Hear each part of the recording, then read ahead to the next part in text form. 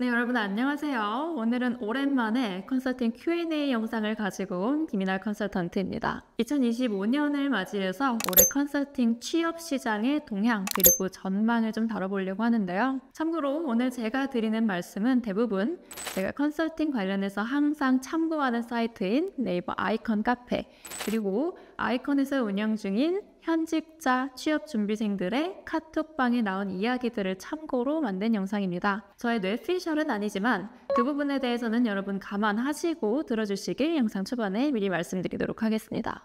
올해도 취업준비생들 사이에서 컨설팅 시장의 인기는 굉장히 높습니다. 오늘 두 가지 정보를 좀 정리해봤는데요. 첫 번째는 컨설팅 시장 안에서 채용 TO가 어떻게 변화할 것으로 보는가에 대한 이야기고, 두 번째는 컨설팅 취업 준비를 하는 준비생들의 동향은 어떤가에 대한 이야기입니다. 우선 채용 TO 관련해서는 세 가지 이야기를 드리고 싶습니다. 첫 번째로는 경력직 TO가 늘고 신입 TO는 줄고 있다라는 이야기입니다. 어찌 보면 좀 절망적일 수도 있는데요. 실제로 지금 컨설팅 취업 시장에서 조금 극단적이라고도 할 수 있는 비율로 경력직 TO가 많이 늘고 신입 TO는 많이 줄고 있는 상황입니다. 예를 들면 MBB 같은 경우는 신입 TO가 거의 한 자릿수다라는 카더라도 있는데요. 그 정도로 지금 신입 컨설턴트에 대한 채용 TO가 예년 혹은 과거 대비 조금 줄어드는 상황이라고 볼 수 있습니다. 그러면 그 이유가 뭘까에 대해서 좀 이해하고 싶으실 텐데요. 일단 거시경제적인 이유에서 불황이기 때문에 컨설팅 프로젝트에 대한 수요 자체가 과거 대비 좀 줄어드는 게 큰 몫을 차지한다고 볼 수 있습니다. 또한 업계 내부 상황을 한번 보면요. 제가 예전에 컨설팅 시장 자체의 성숙도를 정리해드린 영상 참고하셔도 좋겠지만 요즘 컨설팅 시장을 보면 대기업들의 인하우스 컨설팅 조직이 굉장히 커졌고 이런 인하우스 컨설팅의 해결이 불가능한, 즉 반드시 외부 컨설턴트들의 도움을 받아야만 되는 프로젝트가 아니라면 웬만하면 자체적으로 해결하려고 하는 니즈가 좀 늘고 있습니다. 이렇게 외부의 수요가 줄어들다 보니까 컨설팅 회사들 입장에서도 신규 컨설턴트를 뽑아서 육성하는 데 리소스를 쓰기에 부담이 있을 수밖에 없고 당장 투입이 가능한 경력직 컨설턴트들을 많이 찾고 있는 추세다라고 볼 수 있습니다. 두 번째로 위의 연장선상에서 인하우스 컨설팅 조직에서 채용 TO가 오히려 꾸준히 좀 있는 편이다라는 걸 발견할 수 있습니다. 사실 딱히 TO 구분에 상관없이 컨설팅 업계에 그냥 인하고 싶다라고 하시는 분들한테는 이런 소식이 그래도 조금 희망적일 수 있는데요. 그러면 인하우스 컨설팅 조직에서 일하는 것과 아닌 것에 무슨 차이와 장단점이 있느냐? 그 부분에 대해서는 제가 별도 영상에서 좀 콕 집어서 설명드릴 수 있도록 하겠습니다. 세 번째로 당장 신입 TO가 아니더라도 RA TO를 많이 찾으시는데요. 채용을 전제로 한 RA보다 프로젝트성 RA TO가 많이 늘고 있다. 그리고 이는 특히 빅4 펌에서 많이 보인다라는 것도 찾을 수 있었습니다. 사실 컨설팅 시장 전체에서 규모적으로 가장 많은 포지션을 차지하는 것이 빅4 회사들입니다. 그러다 보니까 채용도 마찬가지로 빅4 회사들에서 어느 정도 채용을 많이 해주면 TO가 많이 열리고 그렇지 않으면 조금 TO가 적어지는 현상이 일반적인데요. 요즘 빅4 회사들을 보면 RA TO에 있어서도 채용을 전제로 한 RA보다는 프로젝트 기반의 프로젝트 RA TO가 더 많은 것을 볼 수 있습니다. 이는 앞서 말씀드렸던 경력직 TO 대비 신입 TO가 좀 적은 것과 연관 지을 수 있는데요. 보통 RA를 거친 후에 신입 컨설턴트를 많이 육성을 하기 때문에 요즘은 RA TO조차 조금 줄어들었다라고 볼 수밖에 없을 것 같습니다. 반면에 프로젝트 RA 같은 경우에는 반드시 채용을 전제로 하기보다는 프로젝트 기반으로 경험을 쌓는 것에 그치는 경우가 많기 때문에 이런 TO가 많다는 것은 신입 TO에 대한 수요가 좀 줄고 있다는 것을 보여주는 현상 같습니다. 사실 이 프로젝트 RA를 그럼에도 불구하고 하는 게 좋은가요? 라는 질문도 많이 주시는데요. 이것은 질문 주신 분이 처한 상황에 따라 좀 다를 것 같습니다. 만약에 내가 컨설팅 경력이 그냥 필요한 1학년에서 3학년이다 라고 하시면 이 경험도 추천드립니다. 하지만 만약에 본인이 4학년 2학기시고 지금 당장 채용이 절실한 상황이다 라고 하시면 내가 가진 다른 선택지들과 이 프로젝트 RA라는 옵션을 좀 비교하셔서 신중하게 선택하시는 것도 좋겠습니다. 왜냐하면 프로젝트 RA는 아무래도 채용으로 연계되는 가능성이 그다지 높지는 않기 때문입니다.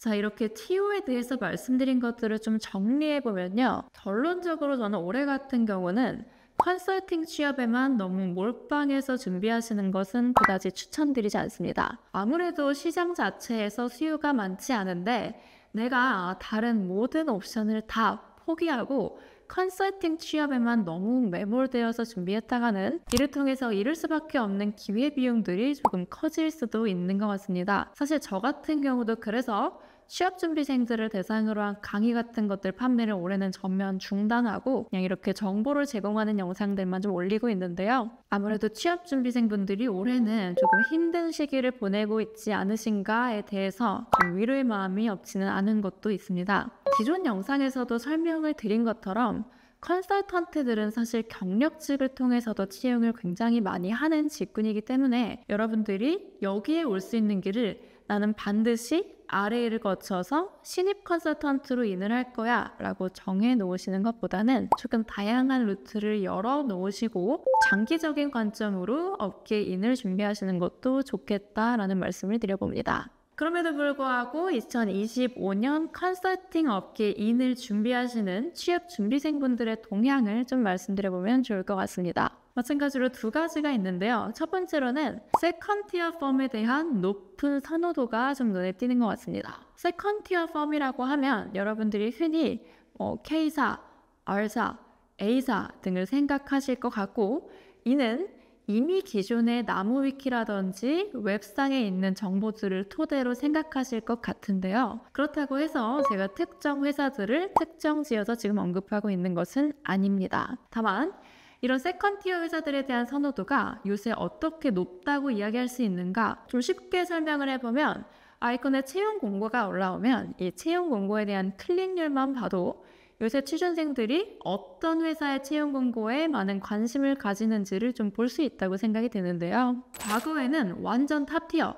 즉 MBB에 대한 클릭률이 압도적으로 높고 세컨티어나 다른 회사들에 대해서는 어느 정도 비슷한 수준의 관심을 보였다고 하면 요즘은 이 세컨티어 회사들에 대한 관심도가 오히려 MBB만큼 높기도 합니다. 그런데 실제 현직자들의 이야기나 취업준비생 분들 중에 이 세컨티어 회사에서 RA 경험을 쌓으신 분들의 후기를 보면 그도 그럴만하다라는 생각도 듭니다. 자, 왜 그럴까요? 앞서 말씀드린 것처럼 컨설팅 시장 자체가 지금 굉장히 초기에 있지는 않고 이미 컨설팅 경력을 갖고 계신 분들이 고객사 혹은 세컨티어 회사들의 고객으로서 혹은 임원진으로서 포진해 있다 보니까 이런 분들로부터 배울 수 있는 기회가 세컨티어 회사에서도 동일하게 제공이 되기 때문입니다. 여러분 많이 아시겠지만 컨설팅 펌은 그 네이처 자체가 팀으로 일하는 조직이죠. 따라서 회사의 네임밸류도 중요하지만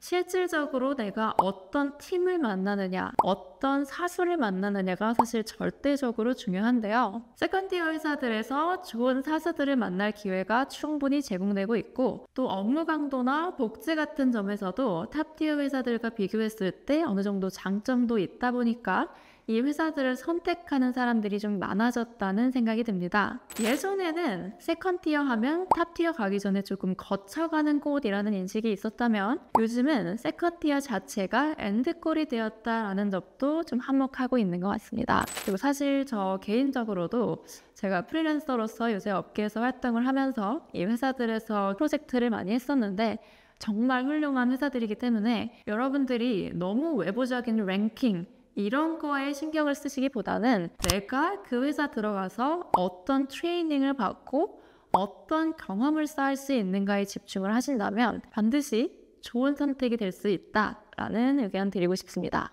네, 마지막으로 디지털이나 ESG 등 특정 분야에 대한 선호도가 어떠냐라는 것에 있어서는 예전보다 조금 못하다라는 말씀 드리고 싶은데요. 몇 년 전만 하더라도 저는 디지털 컨설턴트가 되고 싶어요. ESG 컨설턴트가 되고 싶어요 라는 취준생분들이 좀 많았던 것 같은데 요즘은 일단 그냥 업계에 인하고 싶다라는 분들이 좀 많은 것 같습니다. 이는 마찬가지로 취업시장이 요새 조금 힘들다 보니까 여러분들도 업계에 일단 인하고 나면 그 뒤에 생각하겠다라는 그런 인식이 조금 많아지신 것 같은데요. 하지만 취업을 준비하실 때는 전략적으로 생각하셔야 될 것 같습니다. 왜냐면 여전히 업계에서는 디지털 컨설턴트 채용 혹은 ESG 컨설턴트 채용에 대한 수요가 좀 있고, 그럴 경우 동일한 지원자들 사이에서 이런 해당 분야에 대한 백그라운드가 있거나 경험이 있으신 분들에 대해서 확실히 우대할 수밖에 없는 조건이라고 생각이 듭니다. 내가 이런 분야에 있는 채용 공고에 어플라이를 해보고 싶다라고 하시면 그래도 과거 가진 경험 중에서 관련 백그라운드를 좀 강조해 주시는 게 확실히 채용 절차에 있어서는 유리하다는 생각이 듭니다.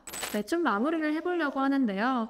올해는 전반적으로 취업 시장이 좀 좋지 않을 것 같다라는 암울한 이야기를 드리게 되어서 좀 마음이 편치는 않지만 그래도 여러분들이 업계 동향을 좀 아시는 게 취업 준비에 도움 될 것 같아서 준비한 영상이고요. 지속적으로 아이콘에서 운영하고 있는 카톡방이나 카페 등을 활용하셔서 실시간 정보를 얻으시면 이 유튜브에서 제공해드리는 정보보다 더 양질의 정보 얻으실 수 있을 테니까 계속적으로 참고하시면 좋을 것 같습니다. 그러면 다음 영상에서 또 꿀팁 가지고 여러분들 찾아뵙도록 하겠습니다.